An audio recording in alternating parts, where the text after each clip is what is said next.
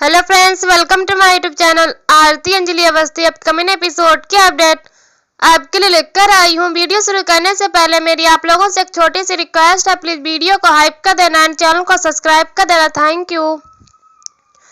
जो वेद होता है वो आरती को गले लगाता है और उसे बोलता है कि आरती, मैं तुमसे बहुत प्यार करता हूँ, अगर तुम्हें कुछ हो गया तो मैं जी नहीं पाऊंगा। और तभी यहाँ पे हम देखते हैं कि आरती उससे पूछती है कि आप सच में मुझसे इतना प्रेम करते हैं। तो वेद बोलता है कि हाँ आरती, तुम्हें नहीं पता है, तुम्हारी सोच जहाँ खत्म होती है वहीं से मेरा प्यार वहीं से शुरू होता है। तभी यहाँ पे हम देखते हैं कि वेद जो होता है वो उसके लिए एक डायमंड का नेकलेस लेके आता है और वो उसे बोलता है कि ये तुम्हारा प्री दिवाली का गिफ्ट है। तो यहाँ पे बोलती है कि ये सच में ये मेरे लिए है, सच में? तो बोलती है, वो बोलता है कि हाँ हाँ ये तुम्हारे लिए है और तुम्हारे लिए एक बहुत ही अच्छा सरप्राइज किया है मैंने, जो कि दिवाली पे दूंगा। तो हम देखते हैं ये सब देख के आरती को बहुत अच्छा लगता है और वो उसे बोलती है कि आई लव यू वेद जी। तभी यहाँ पे वो उसे आई लव यू बोलती है और फिर वो उसे गले लगा लेती है। और फिर यहाँ पे हम देखते हैं कि वो दोनों एक दूसरे के इतने पास रह गए वो, क्योंकि वो बोलते हैं कि मुझे और कुछ नहीं चाहिए आपके प्यार के सिवा, और आप मेरे साथ हैं तो मुझे और कुछ नहीं चाहिए। तभी दूसरी तरफ हम देखते हैं कि जो अंजलि अवस्थी के घर पे एक ड्राइवर आता है जो कि कुछ गिफ्ट सैंपल लेके आता है। तो वो उसे बोलता है कि मैडम साहब, मैम साहब। तो जहाँ पे अंजलि आती है तो वो बोलती है कि ये सब किसने भेजा है, तो वो बताता नहीं। तभी वहाँ पे उसके पास एक फोन आता है जो कि वो बोलता है कि ये लीजिए मैम, बात कीजिए। तो वह बोलती है कि कौन है, तो फोन जैसे ही देता है तो उसमें सारिका बोलती है कि मैंने तुम लोगों के लिए गिफ्ट भेजे हैं और कुछ गहने कपड़े और फल फ्रूट हैं, तो तुम ले लेना, क्योंकि कल हमारी घर की पोती की जो एंगेजमेंट है तो इसीलिए तुम्हें आना है। तो उस कपड़े को पहन के आना, और अगर तुम तो आओगी ही नहीं और तुम ये फेंक मत देना, क्योंकि पिछली बार की तरह तुमने इसे फेंक दिया था, तो इस बार फेंकना मत। और अपने पापा को अगर तुम भेज रही हो, जिसने आरती को पाल पोस के इतना बड़ा किया है, तुमने तो कुछ किया ही नहीं है, तुम तो माँ कहलाने के लायक भी नहीं हो। और तुम इस तरीके से, तो अंजलि को इस बात पे गुस्सा आता है और वो बोलती है कि आपने मेरा अपमान करने के लिए फोन किया है क्या? तो बोलती है कि नहीं नहीं, मैं अपमान नहीं कर रही हूँ, मैं बता रही हूँ कि अगर तुम आओ तो हमारे स्टैंडर्ड से होके बन के आना, क्योंकि हो तो तुम हमारे घर की बहू ही, तो इस वजह से वो ऐसा बोलती है। तभी यहाँ पे हम देखते हैं कि सारिका को ऐसा सुन के अंजलि को बहुत गुस्सा आता है। तभी सारिका जो होती है वो उसे बोलती है, लेकिन आप इस तरीके से जो भी अगर करना, क्योंकि आरती जो है वह वेद से बहुत प्यार करती, तो कल उसकी एंगेजमेंट में और दिवाली के साथ हमारे यहाँ पे इतना बड़ा फेस्टिवल है, तो फिर दोनों ही चीज करेंगे। तभी यहाँ पे हम देखते हैं कि पद्धा जो होती है वो बोलती है कि ये जो नाना जी का कपड़ा है आरती के, वो ले लेंगे हम, और बाकी का आपको, आपके अंदर दिल है तो आप इसे वापस मत करवाना। और यहाँ पे वो उनका कोट ले लेती है, पर उसे बोलती है कि वो उसके नाना है और उनका हक मत छीनिए, आपने तो कभी कुछ किया ही नहीं है, उन्होंने ही बचपन से उसे पाला है और मैं भी साथ में ही थी। तो इसीलिए वो उनका कोट ले लेती है और बोलती है कि ये पहन के जाएंगे। और फिर उसके बाद वो जैसे ही चली जाती है कोट रखने के लिए, अंजलि से वह पूछता है कि मैम ये सब सामान, तो वह बोलता है कि वो बोलती है कि ये सब लेके जाओ, क्योंकि मुझे किसी का दान नहीं चाहिए, उनको बोल देना। और फिर वो वहां से उस सामान को वापस करवा देती है, अपने कपड़े और गहने। और फिर उसके बाद वो बहुत ही इमोशनल हो जाती है और अमन को याद करने लगती है कि अमन जी, काश आप यहाँ होते तो आज ये सब नहीं होता। और यहाँ पे हम देखते हैं कि वो अमन को याद करके इमोशनल हो जाती है। तभी दूसरी तरफ हम देखते हैं कि यहाँ राजपूत हाउस में सब दिवाली और आरती के एंगेजमेंट की तैयारियां शुरू हो चुकी होती हैं और यहाँ पे सब सारे गेस्ट आते रहते हैं। तो जो राघव सिंह राजपूत और अभय सिंह राजपूत होते हैं वो लोग सबका वेलकम करते रहते हैं। और यहाँ पे हम देखते हैं कि तभी जो वैभव होता है वह आता है और वो बोलता है कि भैया गौरव भैया और निवेदिता भाभी नहीं आ रही है, क्योंकि वो बोलती है कि मैं यहाँ इस पार्टी में हम नहीं इन्वॉल्व होंगे।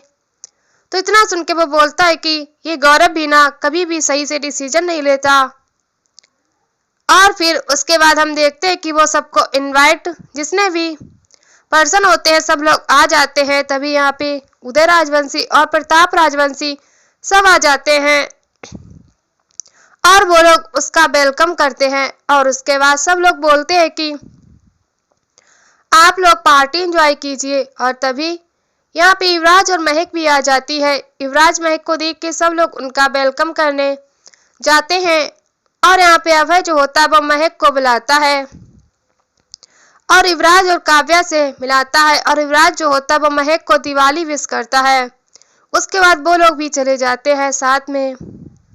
तभी यहाँ पे हम देखते हैं कि यह जो गणेश अवस्थी रहते हैं वह भी आ जाते हैं और वह ये सब देख के उनको लगता है कि फाइनली वह अपनी पोती की अपनी नातन की शादी सगाई में आ चुके हैं। और यहाँ पे हम देखते हैं कि जैसे ही वहाँ पे जो राघव सिंह राजपूत उन्हें देखते तो वह उनका वेलकम करने के लिए आ जाते हैं और वह उसे बोलते हैं कि आप आ तो गए लेकिन आपको ये कपड़े पहन के नहीं आने चाहिए थे।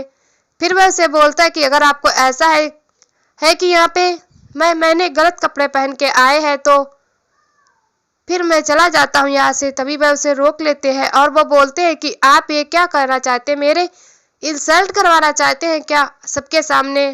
अब आ गए हो तो रुक जाइए, चलेगा, ये कपड़े भी ठीक हैं। और फिर वह उसके बाद वह उसे बोलता है कि वैसे तो आप ये कहावत सूट हो जाती है कि जब जरूरत पड़ने पे गधे को भी बाप बनाया जाता है। तो ये सब सुन के जो गणेश अवस्थी के मुंह से ऐसा सब सुनते हैं राघव सिंह राजपूत तो बोलते हैं कि आप मेरी इंसल्ट करना चाहते तो क्या? तो वह बोलते हैं कि नहीं, पहले तो आपने मुझे धक्के मार के इस घर से बाहर निकाला और आपने कहा है कि कुत्ते भिखारियों और अवस्थियों का आना इस घर में मना है, तो इसीलिए मैं बोल रहा हूँ। और अब आज आपको जरूरत है तो फिर आपके लिए कपड़े भी चलेंगे। तो इतना सुन के वह उसे बोलता है कि नहीं, ऐसा नहीं है।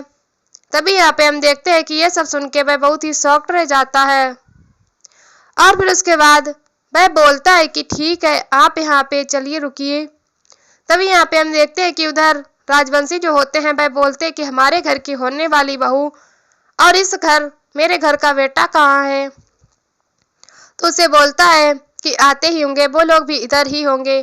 तभी अंजलि आरती जो होती है वो आ जाती है और आरती को आते देख जैसे गणेश अवस्थी उसे देखते तो देखते ही रह जाते हैं। उनकी आंखों में इतनी आंखों में पानी आ जाता है उसे देख के कि किस तरीके से, मतलब इतना छोटी सी हमने उसे पाला था, आज इतनी बड़ी हो गई है वो। तो ये देख के जो गणेश अवस्थी होते हैं थोड़े इमोशनल हो जाते हैं। उसके बाद सब लोग पूछते हैं कि चलो दुल्हन तो आ गई है और हमारे होने वाला दूल्हा किधर है? तो अभी जैसे ही वो पूछते हैं तभी यहाँ पे हम देखते हैं कि जो युवराज वेद होता है वो भी आ जाता है। युवराज उस सब लोग उसको इनवाइट करते हैं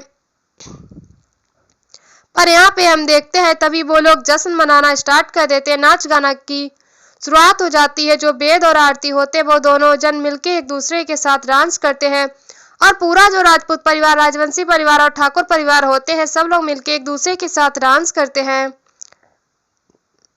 और यहाँ पे वेद और आरती जो होते हैं वो इस माहौल में चार चांद लगा देते हैं और सब लोग जो है सारे लोग ये सब देख के बहुत खुश हो जाते हैं। तभी यहाँ पे हम देखते हैं कि आरती जो होती है वो वेद के साथ बहुत ही खुश रहती है। ये देख के जो गणेश अवस्थी होते हैं उनको बहुत अच्छा लगता है कि फाइनली हमारे घर की बेटी जो है वो इतनी खुश है। तभी हम देखते हैं कि ये सारा नाच गाना होता ही रहता है। तो जो महक और विराज होते हैं वो लोग भी एक दूसरे के साथ डांस करते हैं और एक दूसरे के साथ टाइम स्पेंड करते हैं और अच्छे से बहुत ही अच्छा मोमेंट सेलिब्रेट करते हैं। तभी यहाँ पे हम देखते हैं कि जैसे ही वह लोग एक दूसरे के करीब आते हैं तो काव्या उसके पास आ जाती है और उन लोगों को चिढ़ाने लगती है। तभी यहाँ पे हम देखते हैं कि जो अंजलि होती है तो दूसरी तरफ वो इस बात के लिए और गुस्से में आ जाती है क्योंकि आज उसके पति का कातिल मिलने वाला होता है और उसे पता है कि वो कातिल जो है वो राजपूत हाउस में ही मिलेगा, क्योंकि यहाँ पे आज सारे क्रिमिनल जो होंगे वो इकट्ठे होंगे, तो उसमें से ही कोई एक होगा जो कि रवि उसको आइडेंटिफाई करेगा, क्योंकि वो रवि को उसका नाम तो नहीं पता पर वो उसका चेहरा पहचान लेगा। तो इस वजह से वो रवि को उस पार्टी में लेके जाने की पूरी तैयारी कर लेती है। तभी जो पद्मा होती है वह समझाने की कोशिश करती है कि आप यह मत करिए वकील दीदी, पर यहाँ पे हम देखते हैं कि वो उसे बोलती है कि मैं जाऊंगी उस पार्टी में और उसको अपने पति के कातिलों को आज पकड़ के उसे सजा दिलाऊंगी। तभी यहाँ पे हम देखते हैं कि जो कली होती है वह बोलती है कि अगर आपने ये नहीं किया तो मैं समझ जाऊंगी कि आप सिर्फ मुझे इस तरीके से झूठ बोल कर मुझे दिलासा दे रही हो। आप अपने काम को लेके बिल्कुल भी आप अपने सीरियस नहीं हो और सिर्फ मुझे झूठी सांत्वना दे रहे थे। तभी अंजलि उसे डांट लगाती है और बोलती है कि अगर एक भी शब्द और बोला ना तो एक थप्पड़ लगाऊंगी यहीं पे। ऐसे ही मैं सब लोग मुझे नहीं बोलते कि कोर्ट में मेरी बात चलती है और बाहर मेरा हाथ। तो इस वजह से वह गुस्सा करती है और वह बोलती है कि अगर मुझे पता चल गया कि आरती को जान से मारने की कोशिश तुमने की थी तो फिर देख लेना मैं तुम्हें भी नहीं छोड़ूंगी। इतना बोल के वो उसे धमकी देती है और गुस्सा करती रहती है। तभी जो पंकज पुरोहित रहते हैं वो उसे चुप कराते हैं कि अंग आप शांत हो जाइए। तो आज के एपिसोड में बस इतना ही फ्रेंड्स, मिलते हैं नेक्स्ट एपिसोड में जहां हम देखने वाले हैं कि जो अंजलि होगी वो राजपूत हाउस पहुंचेगी और सबको बताएगी कि आज ये रवि जो है वह सबको आइडेंटिफाई करेगा जिसने मेरे पति को मारा था। और यहीं पर एपिसोड खत्म हो जाता है। ऐसी वीडियो देखने के लिए हमारे चैनल को सब्सक्राइब करें, वीडियो को हाइप करें और हमें कमेंट मत वीडियो कैसे लगी। तब तक के लिए बाय बाय।